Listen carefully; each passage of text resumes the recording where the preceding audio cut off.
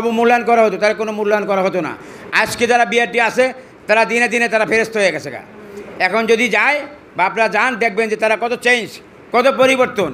যেই পুলিশ গুলি করেছে আজকে যদি থানায় যান আপনাকে সালাম আগে দিবে, আগে দেয়, আমি দেখেছি। এখন সালাম পুলিশ উল্টো আপনাকে আগে দেয়, আর আপনারা সালাম দিয়েও তার পাশে ঘুরিয়া কোনো কাজ আদায় করতে পারেন নাই। তা কাজেই আন্দোলন এমন এক শক্তি, আন্দোলন এমন একটা জিনিস, আন্দোলন কখনো বিফলে যায় না।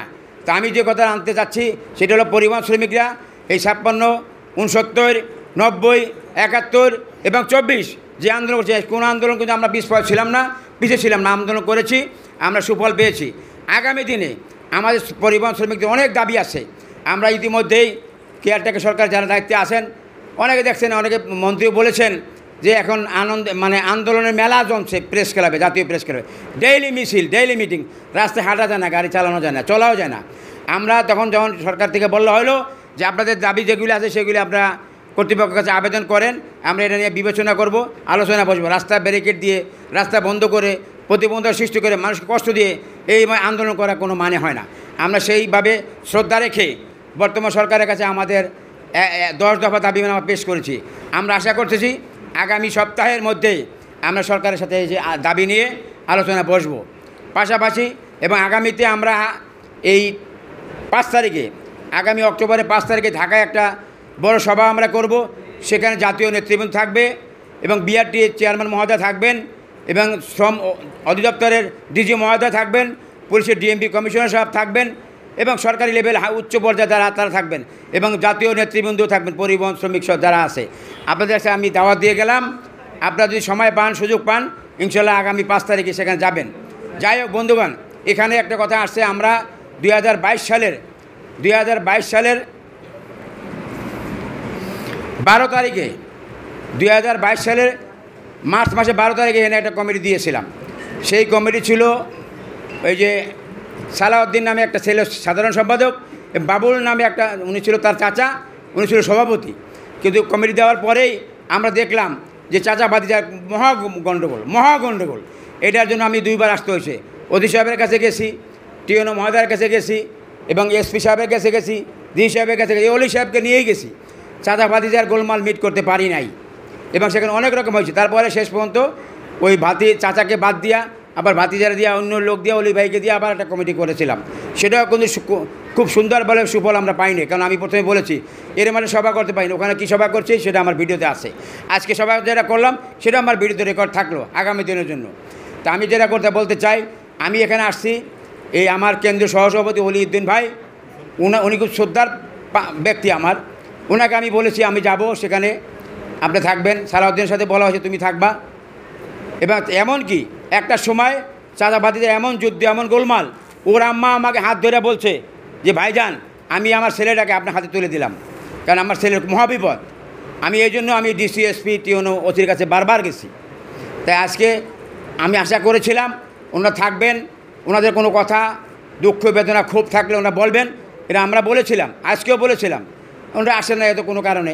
যাই হোক, সময় শেষ হয়ে যায় নাই, যেহেতু আমাদের চেয়ারম্যান সাহেব বলেছেন, আমি ওনার প্রতি শ্রদ্ধা রেখে বলতে চাই। তা আজকে একটা কমিটি আমার হাতে আসছে, এই কমিটি প্রায় 1 মাস। ওই বাহার সাহেব, আজকে যে বাহার সাহেবের কথা বলা হচ্ছে, এই বাহার সাহেবকে কিন্তু অলিউদ্দিন সাহেবে আমাকে চিনাই দিছে। আমি বাহার সাহেবকে চিনতাম না, একদিন সালাউদ্দিন সাহেব সালাউদ্দিন বলল কাকা আগামীতে আমরা কমিটি করবো, এই বাহার সাহেব সহ আমরা কমিটি করবো।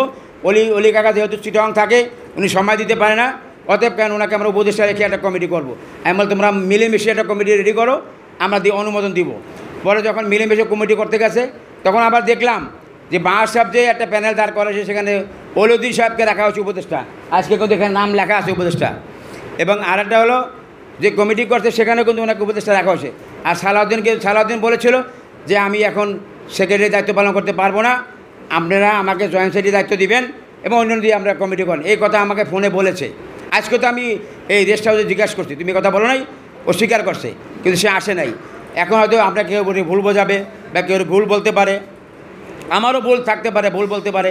তা আমি তাকে বলেছিলাম, হলে ঢোকার আগেও বলছিলাম তোমরা আসো, এখানে থাকেও ফোন দিচ্ছে, সে ফোন ধরে নেই। আমার কথা হলো যদি তোমরা কোনো পাওনা, কোনো ক্ষোভ, বেদনা, চাহিদা, ডিমান্ড তুমি এখানে বলো। এই হাউস এমন একটা বিষয়, এই হাউস আমাকে এই হাউস আপনাকে যে দায়িত্বে থাকবে তারকে অব্যাহতি বহিষ্কার অনেক কিছু করতে হবে, হাউজের বড় ক্ষমতা। তো তাই বলছিলাম তুমি আসো। তা আমার মনে হয় ওনারা আসলে ভালো হতো, কেন আসেন আমি জানি না, পরে জানবো। তবে একটা কমিটি আমার হাতে আসছে, এই কমিটি কিন্তু উনি আজকে 1 মাস 3-4 বার বাহার সাহেব গেছে, ওই সেক্রেটারি সাহেবও গেছে।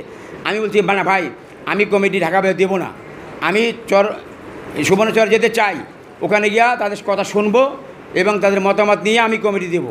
এটার জন্য ওলি সাহেবকে এই যে রাখা আছে, সালাউদ্দিনের নামও আছে এখানে, কিন্তু উনি আসলেন না। এখন যেহেতু চেয়ারম্যান সাহেব একটা কথা বলছেন, এই জন্যই আমি কিন্তু আপনাদের বক্তব্য চেয়েছিলাম, একজন বক্তব্য দিয়েছেন। তা আমি একটা প্রস্তাব করতে চাই যে আজকে যদি যেই কমিটি আমার হাতে এখানে আসে, আমরা কিন্তু ঢাকাতে দিতে পারতাম, কষ্ট করে আপনাদেরকে এখানে গরমের মধ্যে বসাইতাম না, আমিও আসতাম না। আমরা দিতে চাই না, সরময় দেখব।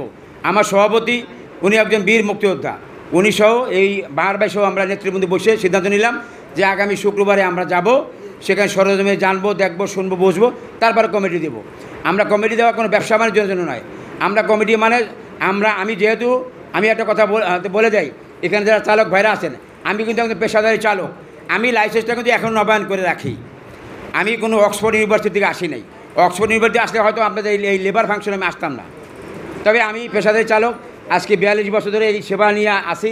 এর মধ্যে অনেক পরিবর্তন আসছে, এরশাদ সাহেব গেছে, বিএনপি গেছে, আওয়ামী লীগ গেছে, আবার এখন একজন আসছে, কেয়ারটেকারও গেছে, এর মাঝখানে আবার অতীতে 2007-এর মঈনুদ্দিন ফখরুদ্দিন। এর মধ্যে অনেক পরিবর্তন, অনেক আন্দোলন সংগ্রাম, অনেক উত্থান পাতন হয়েছে। তারপরেও আমরা কিন্তু আপনাদের সেবায় আমরা আসি।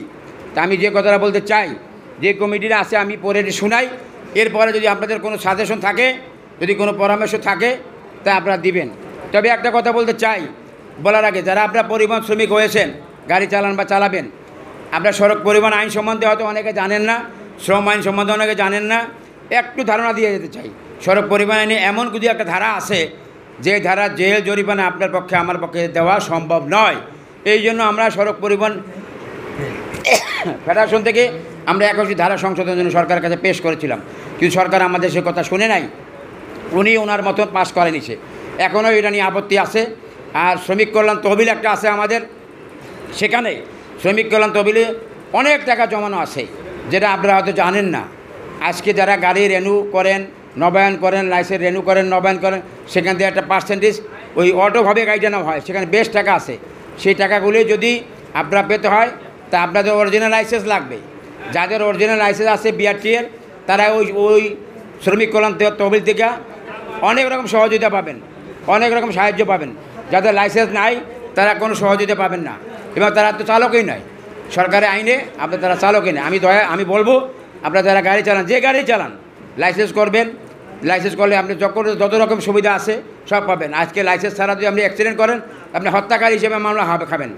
আর যদি লাইসেন্স থাকে, যদি অ্যাক্সিডেন্ট করে আপনি গাড়ি চালাবে মানুষ মারা যায়, তা সড়ক দুর্ঘটনার আইনে মামলা হবে, আপনি জামিনযোগ্য পাবেন, জামিনযোগ্য এটা অপরাধ। আর যদি লাইসেন্স না থাকে তাহলে হত্যাকারী, আপনি জামিনযোগ্য নয়।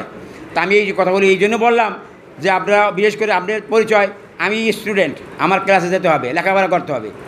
আমি যদি স্টুডেন্ট হই, লেখাপড়া করতে হবে, ক্লাসে যেতে হবে। আপনি চালক, আপনার লাইসেন্স থাকতে হবে, নাহলে কিন্তু আমরা চালক নয়। তাই আমি মনে করি আপনারা এই বিষয়টা খেয়াল রাখবেন। আর আমার কাছে যে কমিটি আসছে, কমিটির নামটা আমি পড়ে শোনাচ্ছি।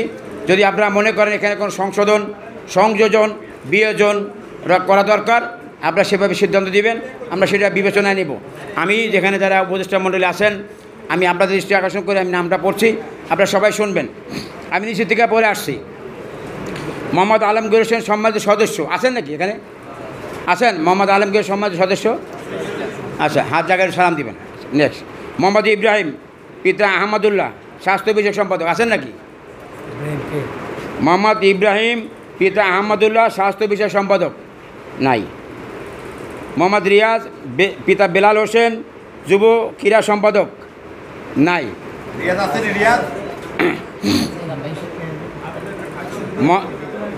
আচ্ছা, মোহাম্মদ ফাহিম পিতা মহিবুল্লাহ ধর্ম বিষয়ক সম্পাদক। আচ্ছা, ওদিক দিবেন, আপনার ওদিকে সালাম দিবেন, আমরা তো দেখছি আপনাকে। আচ্ছা, মোহাম্মদ নাসির পিতা আব্দুল কাদের কোষাধ্যক্ষ আছেন নাকি? ভাই, টাকা পয়সা আপনার কাছে থাকবে, আপনি দূরে থাকবেন, কাছে আসেন। আগে যদি দূরে থাকেন, টাকা হলে তো আগে আরও দূরে চলে যাবেন।